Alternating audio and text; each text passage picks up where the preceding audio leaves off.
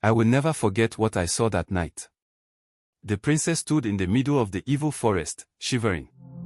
Her fine clothes were torn, and her feet were covered in mud. She was breathing hard, looking around like a trapped animal. But what scared me the most was the shadow behind her. It was tall and thin, with arms too long for its body. It had no face, but I could feel it looking at her. The wind didn't move the trees, but the leaves rustled as if whispering. Something was wrong. Something was watching.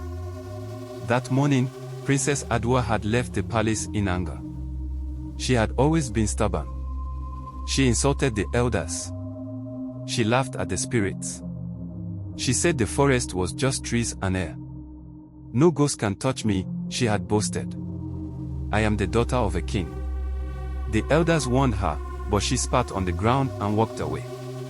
When the sun set and she did not return, the village grew quiet. No one wanted to go after her. But my father, the chief hunter, said we must. I had no choice but to follow. We found her near the heart of the forest. She was different. Her eyes were wide, her lips trembling. She opened her mouth, but no sound came out. And then, her body jerked.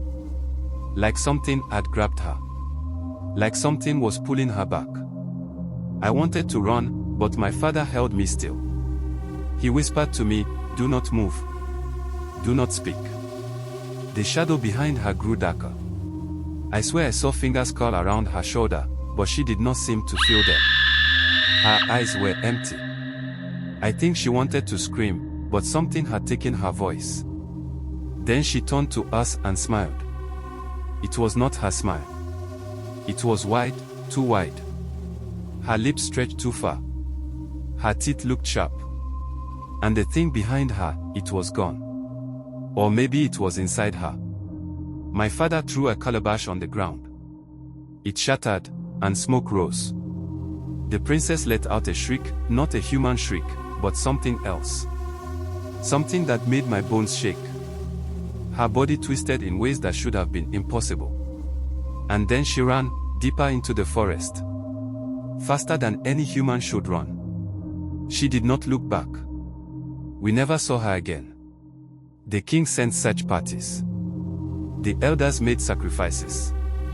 But she was gone. Only the wind spoke her name. Now, when people pass the edge of the forest, they say they hear laughter. A woman's laughter. And sometimes, when the moon is full, someone will call your name from the trees. But do not answer.